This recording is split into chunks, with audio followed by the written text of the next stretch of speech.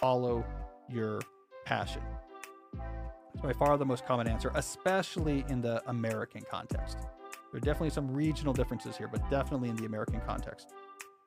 It didn't take much pushing to realize that there are problems with this advice. Number one, a lot of people, and by a lot, I mean most, don't have clearly defined pre-existing passions that they can identify to then follow. Real issue if you talk to a bunch of, let's say, 22-year-olds just coming out of school and say, look, you got to follow your passion or you're going to be, a miserable sad sack. And they say, well, what's my passion? I don't know. That's a problem. You know what? We can't blame people for falling back on that shorthand because the reality of what really matters for building a career you love is complicated. We're about to get into it. It took me a year of research to really untangle this storyline. So we should not expect that when we grab some entrepreneur in a magazine interview and say, what's your advice, that they'll have this all figured out. They just say, follow your passion, but they don't really mean it because it's not really what they did. They followed the goal about being passionate about their work, and how they got there was complicated.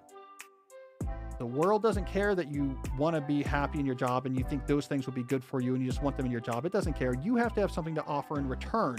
And almost always the things you have to offer in return is rare and valuable skills. So if you want the rare and valuable traits that makes great jobs great in your job, you have to have rare and valuable skills to offer in exchange.